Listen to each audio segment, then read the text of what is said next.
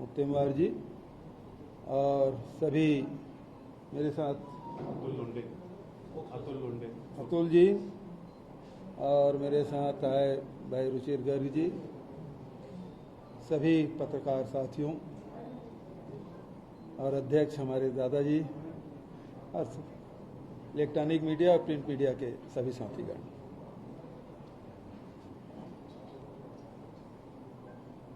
भाजपा का दिल दिल्ली की सत्ता के लिए धड़कता है, लेकिन उसका दिमाग नागपुर से काम करता है।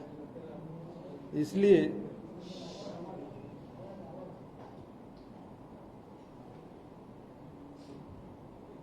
नागपुर में कोई बात भाजपा के बारे में कहना बहुत जरूरी है।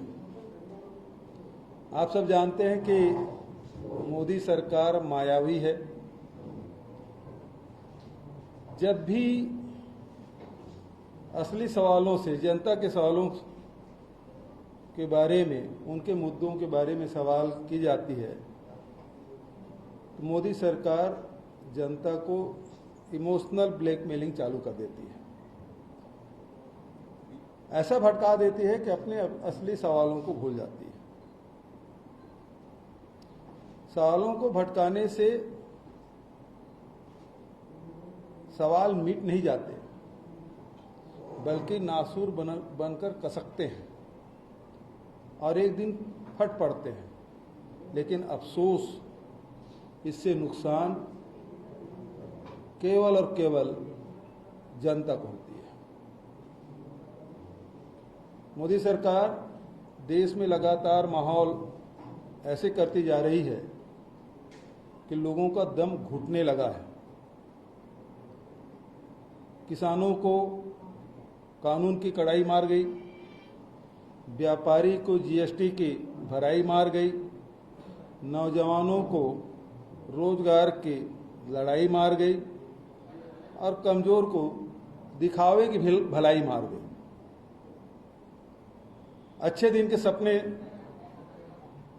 दिखाए थे, लोगों ने सपना बुना और पूरे देश को मोदी की महंगाई मार गई। आज साथियों, मैं आपसे चर्चा महंगाई के कुछ आंकड़ों से करना चाहता हूं, जिसे आम जनता को बदहाल बना दिया है। सबसे ज्यादा महंगाई दर ईंधन और ऊर्जा में बढ़ी है। 1 दिसंबर 2020 में ईंधन और ऊर्जा की महंगाई दर 6.1% रही है, जो कि मई 2021 में बढ़कर 37.61% हो गई है। ईंधन और ऊर्जा के उत्पादकों में महंगाई की वृद्धि इस प्रकार से है। एलपीजी में महंगाई दर बढ़कर 60.95%, पेट्रोल में महंगाई दर बढ़कर 62.28% और डीजल में महंगाई दर बढ़कर 66.3% हुई है। खाद्य तेल के दामों में जो महंगाई दर है वो बढ़कर 35.94% हो गई है। कच्चे तेल पेट्रोलियम में महंगाई दर बढ़कर 102.51%, खनिज पदार्थ में महंगाई दर बढ़कर 22.13%, अंडे मांस मछली में महंगाई दर बढ़कर 10.73%, दालों में महंगाई दर बढ़कर 12.9%, फलों में महंगाई दर बढ़कर 20.17%, प्याज में महंगाई दर बढ़कर 23.34%। मीडिया रिपोर्ट के मुताबिक मई 2021 के दौरान दाल 12%, प्याज 23%, फल 20%, तिलहन 36%, खाने पीने के दूसरे सामान 5% तक महंगे हो गए थे। बता दें कि एक साल में किराना के सामानों में 40% तक के महंगे हो चुके हैं। वहीं खाद्य तेल के दामों में 50% तक की बढ़ोतरी हुई है। उपभोक्ता मामले विभाग मूल्य निगरानी डिवीजन के आंकड़े के मुताबिक पिछले 3 साल में अरहर दाल में 17 रुपये प्रति किलो यानी 1700 रुपये प्रति क्विंटल का इजाफा हुआ। वहीं उड़द दाल में पिछले 3 साल में 30 रुपये प्रति किलो और सोया में 59 रुपया महंगा हुआ है। मौजूदा समय में खुदरा महंगाई दर 6.30% से बढ़कर के स्तर पर पहुंच गई है और बीते 6 महीने में सबसे ज़्यादा महंगाई देखने को मिली है। आंकड़ों के मुताबिक अप्रैल खुदरा महंगाई 4.2% थी। बता दें कि महंगाई को लेकर भारतीय रिजर्व बैंक ने जो आंकड़े बताए थे उन आंकड़ों से पार निकल चुकी है। आरबीआई ने महंगाई के लिए 2 से 6% का दायरा तय किया था।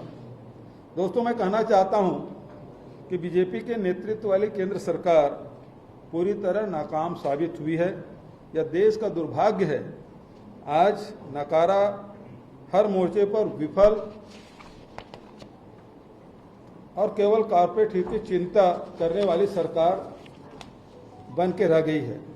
आज देश की जनता यह महसूस कर रही है कि प्रधानमंत्री के तौर पर मोदी जी न केवल विफल साबित हुए हैं, बल्कि एक बार फिर यह साबित हुआ है कि भारतीय जनता पार्टी को सरकार चलाना नहीं आता। देश में जिस प्रकार से कमर तोड़ महंगाई से जूझ रहा है, पेट्रोल डीजल के दाम में बेतहाशा वृद्धि हो रही है, जनता का जीना मुश्किल कर दिया है। और मोदी सरकार महंगाई पर अंकुश लगाने में जिस तरह से नाकाम साबित हुई है, उन्हें देखते हुए इस बात को स्वीकार करना ही पड़ेगा कि इन्हें सरकार चलाना नहीं आता। ये केवल नारा नहीं है, बल्कि इस सरकार के नाकामियों के मुकाबले जब अर्थशास्त्री डॉक्टर मनमोहन सिंह के नेतृत्व वाली यूपीए सरकार की उपलब्धियां सामने होती है तो केवल हम इस देश में आम इंसान भी कहता है कि सरकार तो केवल कांग्रेस को चलाना आता है। साथियों, मोदी सरकार को 7 बरस से अधिक हो चुके हैं। सिवाय हिंदू मुस्लिम, मंदिर मस्जिद, युद्ध करेंगे, घुस के मारेंगे जैसे भड़काऊ बातों के अलावा इनके खाते में जनहित के नाम पर सिर्फ एक बड़ा शून्य है। अगर इन्हें जनहित की चिंता होती तो पेट्रोल डीजल से लेकर दाल सब्जियों के भाव आसमान न छू रहे होते। तकनीकी भाषा में कहें तो सरकारी आंकड़ों के मुताबिक रिटेल महंगाई 6 महीने में सबसे ऊपरी स्तर पर पहुंच गई है। कंज्यूमर प्राइस इंडेक्स सीपीआई आधारित रिटेल महंगाई दर मई में रिटेलिंग महंगाई 6.3% रही। यह अप्रैल में 4.2% पर थी। कॉमर्स एवं इंडस्ट्री मिनिस्ट्री के मुताबिक थोक महंगाई दर में मई महीने में 12.94% पर पहुंच गई है। यह मई 2020 से 20 में केवल 3.37% में थी। बहुत हुई महंगाई की मार इस नारे के साथ तो इस सरकार की सत्ता में आई थी, लेकिन पहला कार्यकाल नोटबंदी और जीएसटी जैसे अदूरदर्शी कदमों से देश की अर्थव्यवस्था को रसातल में धकेल दिया, तो दूसरे कार्यकाल में कोरोना से निपटने में विवेकहीन कदमों से तो जनता को मार ही डाला। महंगाई न तो पहले कार्यकाल में इनकी चिंता का विषय थी और न ही दूसरे कार्यकाल में। इसकी चिंता कर रहे हैं जब, बल्कि अब तक के अनुभव यही है, सिर्फ देश की सार्वजनिक संपत्ति को बेच रहे हैं और अपने कॉरपोरेट दोस्तों के लिए ऐसी नीतियां बना रहे हैं जिनका बाय प्रोडक्ट अनिवार्य रूप से महंगाई ही है। दोस्तों, आज मैं यह कहना चाहता हूं कि बहुत हुई महंगाई की मार, गद्दी छोड़ो मोदी सरकार, ये बात तो अब देश की जनता अगले आम चुनाव में कहने ही जा रही है। मैं तो केवल ये कहने आया हूं कि आज हम सब की बड़ी जवाबदारी है इस सरकार पर ऐसा दबाव डालें कि वो कारपोरेट परस्त नीतियों को छोड़कर महंगाई पर अंकुश लगाने वाली नीतियां लागू करें। हमारे नेता राहुल गांधी हर संकट के मौके पर सरकार को सलाह देते आए हैं और ये इनके ट्रोल सेना राहुल जी का मजाक उड़ाते हैं, लेकिन हर बार यही साबित होता है कि राहुल जी ही सही थे जो राहुल जी कहते रहे। राहुल जी कहते रहे कि दरअसल में राहुल जी वो कहते रहे हैं जो दरअसल गांधी, नेहरू, पटेल, सुभाष के जो संस्कार और विचार से समृद्ध कांग्रेस पार्टी की विचारधारा है। इसी विचारधारा से भोजन का अधिकार, शिक्षा का अधिकार, काम करने का अधिकार, सूचना का अधिकार जैसे कानून और मनरेगा जैसी योजनाएं बनती है। यही कानून और योजनाएं आज भी देश में आम जनता का सबसे बड़ा सहारा है। जून 2014 में नरेंद्र मोदी जी की सरकार पहली बार सत्ता में आई थी तो ग्लोबल मार्केट में कच्चे तेल की कीमत $93 प्रति बैरल थी और उस समय पेट्रोल की कीमत 71 रुपया और डीजल की कीमत 57 रुपया के करीब थी। लेकिन करीब 7 साल बाद कच्चे तेल के दाम में $30 कम होकर $63 के आसपास है। फिर भी पेट्रोल सेंचुरी बना रही है और डीजल उसके पीछे पीछे भाग रही है। मोदी सरकार अभी तक के कार्यकाल में पेट्रोल के दाम करीब 26% और डीजल के दाम में करीब 42% बढ़ गया है। इससे साबित होता है कि मोदी सरकार में अर्थव्यवस्था बुरी तरह से लड़खड़ा गई है और आम लोगों को बेतहाशा महंगाई का सामना करना पड़ रहा है। पिछले 2 साल में महंगाई से लोग इतने पस्त हो गए हैं कि उनका जीना मुश्किल हो गया है। जानकार भी मानते हैं कि अर्थव्यवस्था इतनी चौपट हो गई है कि अब इससे उबरना मुश्किल दिखाई दे रहा है। यही स्थिति रही तो आने वाले 3 साल और बुरे देखने को मिलेंगे। मैं याद करता हूं जब यूपीए की सरकार में पेट्रोल की कीमतें करीब 71 रुपये प्रति लीटर तक पहुंच गई थी तो मौजूदा प्रधानमंत्री मोदी जी और स्मृति ईरानी जी, हेमा मालिनी जी जैसे नेता सड़क पर उतर गए थे, नारा लगाते थे, प्रदर्शन करते थे। लेकिन 7 साल बाद जब पेट्रोल की कीमत अब तो हर शहर में सेंचुरी लगा रही है, कभी दिल्ली में सेंचुरी लगाती है, कभी चेन्नई में सेंचुरी लगाती है, कभी मुंबई में, तो नागपुर में, रायपुर में, हर जगह, हर मैदान में, हर शहर में, हर प्रदेश में जब सेंचुरी मार रही है और उसका पीछा जैसे गावस्कर सेंचुरी लगाते थे और वेंग सरकर 99 में अटक जाते थे, अभी डीजल 99 के नीचे ही है, उसकी भी सेंचुरी होने वाली है। तो आदरणीय साथियों, लेकिन अब कोई नारा, ना ही कोई भाजपा का नेता इसके खिलाफ में एक शब्द बोल पा रहे हैं। सवाल यह है कि अब 100 रुपये से ज्यादा पेट्रोल होने पर वैसे हाय तबाह क्यों नहीं मचा रहे हैं? आखिर अब ये क्या कर रहे हैं? आदरणीय साथियों, पिछले 40 साल में पहली बार भारत की अर्थव्यवस्था उल्टे पांव चल रही है। आर्थिक गतिविधियों में तकरीबन 10% के आसपास निवेश घटा है। आज़ादी के बाद से लेकर अब तक निवेश को लेकर इतनी बुरी स्थिति कभी नहीं थी। मई 2021 में भारत में बेरोजगारी दर 11.9% के आसपास हो गई है।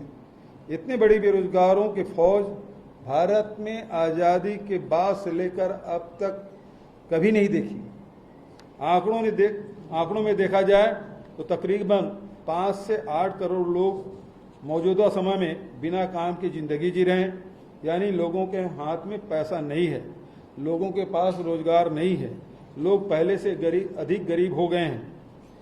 उत्पादन के सभी साधन रुके हुए हैं। पहले से मौजूद माल को खरीदने वाले बाजार में खरीदार नहीं है, लेकिन खाने पीने की सारी चीजें महंगी हो गई है। अर्थव्यवस्था के सभी जानकार से लेकर पूर्व वित्त मंत्री पी चिदम्बरम तक सबकी सहमति है कि इसका कारण का नाम है पेट्रोल डीजल यानी ईंधन की कीमतों में बेतहाशा बढ़ोतरी होना। ईंधन के क्षेत्र में महंगाई दर 37.6% के आसपास है। साधारण शब्दों में समझा जाए तो लोगों के बीच मांग नहीं है, लेकिन फिर भी महंगाई बढ़ रही है। यह महंगाई सामानों और सेवाओं में लागत बढ़ने की वजह से बढ़ रही है, इसलिए इसे कास्ट पुल इन्फ्लेशन कहा जाता है। इस महंगाई से अमीर मालिक और अधिक अमीर होते चले जा रहे हैं और गरीब उपभोक्ता और गरीब। इस पूरी प्रक्रिया के लिए सबसे अधिक जिम्मेदार सरकार की नीतियां होती है। बीते 1 साल में महंगाई के कारण आय और खर्च की क्षमता घटने से बरस में देश में 97% आबादी गरीब हुई है। यह CMIE का आंकड़ा है। यह तस्वीर विनाशकारी है। मुझे जो निर्देश मिला था AICC से आपसे महंगाई के बारे में बात करूं, तो मैंने आपसे बात की। अब आपके द्वारा कोई सवाल हो तो साधारण आमंत्रित है। जी, इस पर कांग्रेस का स्टैंड क्या रहेगा? किस तरीके से आंदोलन का आप लोगों ने बंद कर रूपरेखा बनाया है? देखिए, हम लोगों ने पिछले एक सप्ताह से पूरे देश के विभिन्न प्रदेशों में जाकर हमारे बड़े लीडर जो हैं वो प्रेस कॉन्फ्रेंस कर रहे हैं और आज 14 तारीख को सभी प्रदेशों में इसका प्रदर्शन भी किया जा रहा है। जिस तरह बीजेपी ने ये मुद्दा बुलाया था, क्या कांग्रेस उस तरह से जब 71 रुपए पेट्रोल था उस तरह से कांग्रेस के लिए गुना पा रही है? प्रदर्शन हो रहे, बारिश के दिन मोर्चा बहुत अच्छा था, पर उस तरह से गुना नहीं पा रही है कांग्रेस, क्या वजह? देखिए, भारतीय जनता पार्टी और कांग्रेस में बेसिक अंतर यही है कि वो सत्ता के लिए कुछ भी करती थी। उस समय जो क्रूड ऑयल की कीमत है वो $93 प्रति बैरल और उसके बाद भी 71 रुपये हम पेट्रोल दे रहे थे, 57 रुपये में डीजल दे रहे थे। लेकिन आज वही घट के $63 प्रति बैरल हो गया है और फिर भी पेट्रोल और डीजल बिल्कुल आगे पीछे चल रहे हैं, सेंचुरी लगा रहे हैं। हम अभी जनता के साथ मिलकर उसकी लड़ाई लड़ रहे हैं। जनता इस गलत नीति के कारण से जो महंगाई बढ़ रही है, क्योंकि पेट्रोल और डीजल के महंगे होने से ट्रांसपोर्टेशन महंगी होगा और उसके कारण से सभी चीज़ों की कीमतों में वृद्धि होगी, उत्पादन लागत में वृद्धि होगी और ट्रांसपोर्टेशन महंगी होगी, तो निश्चित रूप से भाव बढ़ेंगे ही। तो जनता के साथ मिलकर ये लड़ाई हम लड़ रहे हैं और आगे भी लड़ेंगे। आपने कहा कि केंद्र सरकार का रिमोट कंट्रोल नागपुर में चलता है जी, क्या महंगाई के लिए भी वही रिमोट कंट्रोल जिम्मेदार है? अब इसको तो उन्हें को खुलासा करना पड़ेगा, लेकिन ये बात सही है, आरएसएस के मुख्यालय होने के नाते भारतीय जनता पार्टी की कंट्रोलर के रूप में जाना जाता है और यहाँ आके प्रेस कॉन्फ्रेंस करने का मुझे मौका मिला है। मेरी आवाज़ आपके माध्यम से वहाँ तक पहुँचेगी और जनता को राहत मिलेगी, ऐसा मैं उम्मीद करता हूँ। जी, अगर पेट्रोलियम पदार्थ गैस डीजल जो है जीएसटी के दायरे में आ जाए तो काफी रिलैक्स हो सकता है जी। और आगामी 2024 के चुनाव के मद्देनजर हलचल तेज हो गई है। कल जैसे सोनिया राहुल गांधी जी से प्रशांत किशोर की मुलाकात हुई, तो क्या आपकी पार्टी इसको एजेंडे में रखेगी कि 24 में अगर आपकी सरकार बनती है तो डीजल पेट्रोल को जीएसटी में लाएंगे? देखिए, जीएसटी का मसला ही हम लोग लाए थे और जीएसटी जब ये चर्चा में आई तब तत्कालीन मुख्यमंत्री नरेंद्र मोदी जी इसका खूब विरोध किए थे मुख्यमंत्री के रूप में, लेकिन सरकार में आते ही उन्होंने जीएसटी लागू किया, गलत ढंग से लागू किया, मध्य रात्रि को लोकसभा में पारित किया। ऐसा बता रहे थे जिस दूसरी आज़ादी, उन्होंने देश के साथ धोखा किया, देश को गलत जानकारी दी। 1 नेशन 1 टैक्स की बात उन्होंने कही, लेकिन आप सब जानते हैं कि आज किसी में 5% है, किसी में 12% है, किसी में 18% है, किसी में उससे भी अधिक के जीएसटी लगा हुआ है। तो 1 नेशन 1 टैक्स नहीं हुआ, 1 नेशन 5 टैक्स। अब तो स्थिति यह है कि जो कृषि यंत्र हैं उसमें भी जीएसटी लगाया, ट्रैक्टर में 12% लगाया, केमिकल फर्टिलाइजर और पेस्टिसाइड में उन्होंने जीएसटी लगाया, और तो और अभी कोरोना काल में जो उपकरण लग रहे थे, जो दवाइयाँ लग रही थी, उसमें भी जीएसटी लागू किया। अब हमने जीएसटी लागू करने की बात कही है, लेकिन हमारा लगाने का तरीका दूसरा होगा, जिससे लोगों को भार कम पड़े, वो सब काम करेंगे। लेकिन आपने पेट्रोल डीजल के बारे में बात कही, तो निर्मला सीतारमण जी जब बजट प्रस्तुत किए तो ये जितने भी सेंट्रल टैक्स, एक्साइज टैक्स है, उसमें से 4% उन्होंने सेस लगा दिया। तो पहले जो एक्साइज ड्यूटी लगती थी पेट्रोलियम पदार्थों में, या जो भी अभी लग रहा है सेंट्रल एक्साइज, उसका हिस्सा राज्यों को भी मिलता है, 42% राज्यों को मिलता है, लेकिन उन्होंने 4%, 3 या 4% उन्होंने जो सेस लगा दिया, तो वो जो पैसा वो सीधा भारत सरकार के पास जाएगा, राज्यों को नहीं मिलेगा। इस मामले में पत्र भी लिखा, लेकिन कोई जवाब निर्मला जी की तरफ से उसका कोई जवाब मुझे नहीं मिला। लेकिन जीएसटी के बारे में निश्चित रूप से हमारी सरकार बनेगी तो इसमें पुनर्विचार किया जाएगा और सही ढंग से लागू किया जाएगा। भूपेश जी, सीएम का जो मीटिंग करते हैं मोदी जी सभी सीएम, उसमें आप लोग एक बात क्यों नहीं करते कि ये जो जिस तरीके से ऐसा जीएसटी लगाया जाए पेट्रोलियम प्रोडक्ट पे, क्या महंगाई को अगर कम करना है पर्टिकुलर पेट्रोलियम प्रोडक्ट में, तो जो आज का जो सेल्स है या जो भी टैक्सेस है उसको और थोड़ा मिनिमाइज करें, ऐसा सजेशन क्यों नहीं देता? देखिए, जहाँ तक सजेशन की बात कही आपने दादा कि तो मैं आपको बताना चाहूँगा, प्रधानमंत्री जी से पहले जब लॉकडाउन हुआ उसके बाद भी बैठक हुई, लॉकडाउन के पहले नहीं हुआ, लॉकडाउन के बाद बैठक, उसके बाद भी लगातार बैठकें हुई। तो वहाँ तो वन वे रहता है, लेकिन कुछ बातें हैं जो हमारी बात मानी गई। पिछले समय पहला जब लॉकडाउन लगा तो उसमें किस प्रकार से विभिन्न विभाग मिलके काम करेंगे, ये जो हमने छत्तीसगढ़ में लागू किया था हूबहू कॉपी उसने दूसरे दिन उसको कॉपी पेस्ट करके पूरे देश में लागू किया। दूसरी बात, जीएसटी के मामले में जो कोरोना में जितने भी उपकरण लग रहे हैं, चाहे गैस ऑक्सीजन सिलेंडर से लेके वेंटिलेटर तक, सबसे पहली बात मैंने उस मीटिंग में उठाई और हमारे राष्ट्रीय अध्यक्षा श्रीमती सोनिया गांधी ने प्रधानमंत्री को पत्र लिखा। उसके बाद जीएसटी के दरों में कमी आई।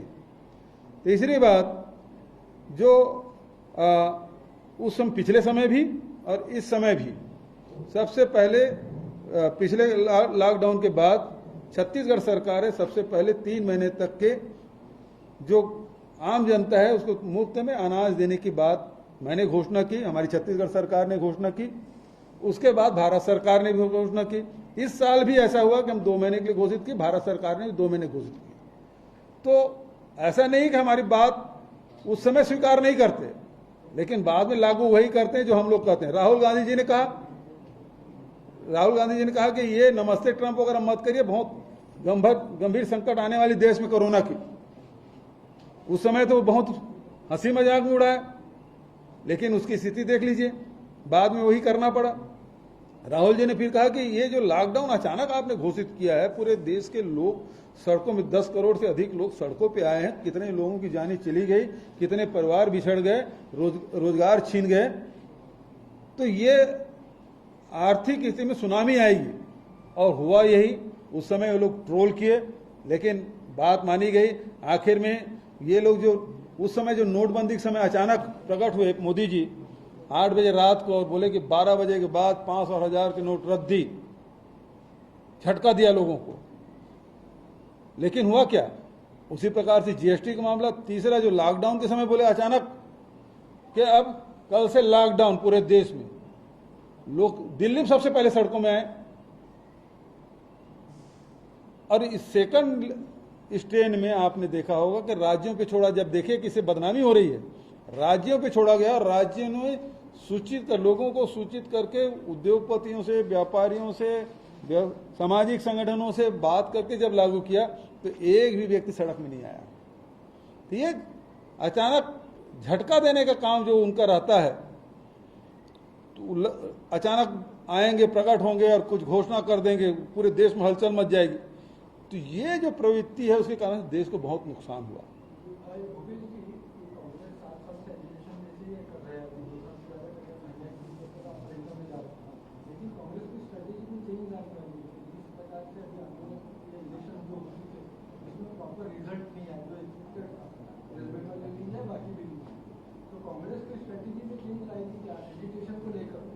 देखिए, जब सारी बातें इमोशन में चला जाए फिर तर्क का कोई गुंजाइश नहीं रह जाता।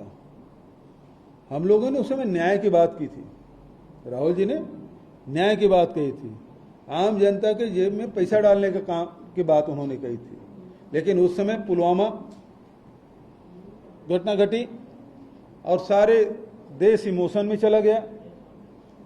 वो लोग कभी जीएसटी पे एक बार भी वोट नहीं मांगा, नोटबंदी में एक बार भी किसी नेता ने वोट नहीं मांगा। देश की सुरक्षा के नाम से भावनात्मक वोट उन्होंने मांगा। आज भी ये लोग भावनात्मक रूप से कभी हिंदू मुस्लिम, तो कभी मंदिर मस्जिद, तो कभी और कोई मुद्दा ये लाके ये बात करते हैं। जबकि वास्तविक जो आम जनता के जो मुद्दे हैं, महंगाई है, बेरोजगारी है, किसानों के दाम की बात है, इस पे बात नहीं करते क्योंकि उनको आता ही नहीं। ये जब बंगाल गए थे तो वहां भी जब वो वापस आए प्रधानमंत्री तो वहां भी दंगा हो गया। तो ये लड़ाने झगड़ाने काम ये लोग बेहतर अच्छे से कर सकते हैं, सरकार ये लोग नहीं चला सकते। केंद्र में स्थापित जब कोई भी मंत्री से ये सवाल जब किया जाता है कि पेट्रोल डीजल के दाम क्यों बढ़ते जा रहे हैं, तो उनका जवाब हमेशा यही आता है कि कांग्रेस ने अपने राज्य में कई कर्जा लिया हुआ था, उस कर्जा को हम भुना रहे हैं, इसलिए भाव बढ़ते जा रहे हैं। इस बारे में आप क्या कहेंगे? बड़ी हास्यास्पद बात करते हैं। अभी जीएसटी उन्होंने लागू किया, जीएसटी लागू किया तो जो उत्पादक राज्य हैं उस पर उन्होंने कंपनसेशन करने की बात की 2022 तक के, और अब क्या कर रहे हैं? भारत सरकार, प्रधानमंत्री जी, वित्त मंत्री जी कह रहे हैं कि हम जीएसटी का पैसा आपको नहीं दे पा रहे हैं, आप उसके अगेंस्ट में कर्जा लो। मैं समझता हूं कि ऐसा आदेश पहली बार हुआ है और सभी उत्पादक राज्य, चाहे वो महाराष्ट्र हो चाहे छत्तीसगढ़ हो, जितने उत्पादक राज्य हैं वो जीएसटी भारत सरकार नहीं दे पा रही है और उसके लिए कर्जा हम लोग ले रहे हैं। ये ऑन रिकॉर्ड बात कर रहा हूं मैं। तो कर्जा लेने की बात वो खुद कह रहे हैं, आप साफ सफाई कर दो, 25% अधिक, 0.25% अधिक आप कर्जा ले सकते हैं। बिजली में आप सुधार कर दीजिए, 0.25% आप कर्जा अधिक ले सकते हैं। आप पीडीएस में सुधार कर दीजिए, 0.25% फिर से ब्याज कर्जा ले सकते हैं। तो कर्जा लेने के लिए प्रेरित कौन कर रहा है? जीएसटी दे नहीं पा रहे हैं। मैं नहीं समझता महाराष्ट्र ने दिया होगा हमको अभी तक। 20,000 करोड़ है ना, 30,000। हमारे यहाँ भी स्थिति यही है। सेंट्रल एक्साइज का और जीएसटी मिला के हमारे यहाँ भी 26,000 करोड़ का बैकलॉग है। इनके यहाँ 96,000। वो पैसा दे देना भाई भारत सरकार, जिससे हमको लेना है, हम क्यों कर्ज लेंगे? और पेट्रोल डीजल के भाव क्यों बढ़ा रहे हैं आप? उसको कम कर दीजिए, महंगाई कम हो जाएगी। आम जनता को क्यों सजा दे रहे हैं आप? ये आपने बताया कि Bharatiya Janata party emotional card, emotional card का कांग्रेस के पास कोई जवाब है? देखिए, अब ये तरीका यही है कि कोई जादूगर आए और कबूतर उड़ा दे, तो हमको वो एक कबूतर उड़ाए तो हमको 4 कबूतर उड़ाने पड़ेंगे। तो लेकिन ये हाथ की सफाई वाला काम हम लोग नहीं करेंगे। हम जनता से जुड़े हुए मुद्दे को लेकर हमेशा लड़ाई लड़े। महात्मा गांधी से लेकर आज तक की लड़ाई लड़ रहे हैं और जनता के बीच में रहेंगे और जनता के मुद्दे को लेकर जनता के साथ मिलकर ये लड़ाई लड़ेंगे। आज नहीं तो कल जनता इस बात को महसूस करेगी और हमको आशीर्वाद देगी। बीजेपी ने जब निर्णायक ये किया है कि अगले 2 स्टेट में, उत्तर प्रदेश में और आसाम में, 2 बच्चे का जो इशू है, 2 बच्चे का इशू है और बीजेपी के कई लोग ये भी डिमांड कर रहे हैं ये राष्ट्रीय स्तर पर हो। इस पर पार्लियामेंट में कोई राज्यसभा में बिल भी आ रहा है, प्राइवेट बिल भी आ रहा है इस पर। दादा, आपको याद होगा जब फैमिली प्लानिंग का प्रोग्राम चला था और 77 के चुनाव में इसको मुद्दा बनाया, एक बड़ा कारण वो भी था। और उसके कारण से यदि उस समय फैमिली प्लानिंग का प्रोग्राम लगातार चलता तो आज जनसंख्या ये विकराल रूप नहीं लेती। लेकिन ये देश युवाओं का देश है। 7 साल पहले प्रधानमंत्री मोदी जी कहते थे ये युवाओं का देश है। पूरे दुनिया में सबसे ज्यादा युवा हिंदुस्तान में है, लेकिन आज वो समस्या बन गई। इसको आपने दिशा नहीं दी। आपके पास इन हाथों को, नौजवान हाथों को काम देने के लिए आपके पास कोई योजना नहीं है। पिछले सरकारों ने जो काम किए थे, जो सार्वजनिक उपक्रम बनाए थे, सबको निजी हाथों में बेच रहे हैं। चाहे वो ओएनजीसी हो, चाहे वो एयरपोर्ट हो, चाहे स्टील प्लांट हो, चाहे पावर प्लांट, सब प्लांटों को बेच रहे हैं। सब कुछ बेच डालूंगा, इस नीति पे चल रहे हैं लोग। तो रोजगार के जो अवसर थे उसको खत्म किया। रेल बेच रहे हैं, अब तो प्लेन बेच रहे हैं। अब प्लेन बेचने के लिए किसको दिए हैं? जो एयर इंडिया का प्लेन है उसे बेचने जा रहे हैं, उस मंत्रालय को दिया सिंधिया जी को। अब स्थिति क्या है? एयर इंडिया के लोगो क्या है? महाराजा। तो वो कह रहे हैं कि महाराजा आइए, हम दोनों बिकाऊ हैं, एयरपोर्ट भी और सिंधिया जी भी। तो एक बिकाऊ है, दूसरे संस्था को बेचने की जिम्मेदारी दी गई है। तो सब कुछ बेच डालेंगे तो लोगों के पास रोजगार क्या रहेगा? सरकार, मैं वहीं आ रहा हूं। अब आप लोगों को रोजगार नहीं दे पा रहे, ध्यान क्या भटका रहे हैं? 2 बच्चा होना चाहिए। यदि उस समय ये भारतीय जनता पार्टी के लोग विरोध नहीं करते तो आज नियंत्रित होता। और इसे कानून के तरह नहीं, इसे जन जागरण। नीतीश कुमार जी ने क्या कहा? अवेयरनेस के माध्यम से हो सकता है। तो उसके ही गठबंधन के लोग उसके नीति को मान नहीं रहे हैं, तो फिर कैसे होगा? और कुछ चीजें हैं जो सामाजिक क्षेत्र के जो मामले हैं उसे समाज में के जन जागरण के माध्यम से ही लाया जा सकता है। हर चीज को कानून के माध्यम से नहीं किया जा सकता। ये उत्तर प्रदेश के चुनाव आए तब इनको ये याद आ रहा है, अब वो कार्ड खेलने शुरू कर रहे हैं। तो क्या इस अभी तत्काल इसको 2 बच्चे, जिसके 2 बच्चे हैं सबको नौकरी देंगे क्या? ये मान लो 3 बच्चे, उसको सरकारी योजनाओं का लाभ नहीं मिलेगा, नौकरी नहीं मिलेगी, अच्छी बात है। लेकिन जिसके 2 बच्चे रहेंगे सबको नौकरी देंगे क्या? ये वो कानून ले आए, जिसके केवल 2 बच्चे उसी की नौकरी मिलेगी, उस सबको नौकरी देंगे, ये बोल दीजिए। तब भी करोड़ों करोड़ लोगों को रोजगार मिल सकता है। लेकिन लाए वैसा, उसको रोजगार के साथ जोड़ के करना चाहिए कि जिसके 2 बच्चे हैं सबको हम नौकरी देंगे। अभी लोकसभा आ रहा है, उसमें पारित कर ले। योगी जी ने इसके लिए ड्राफ्ट भी तैयार किया है जनसंख्या को लेके, तो क्या छत्तीसगढ़ में भी इसकी जरूरत है कि नहीं है?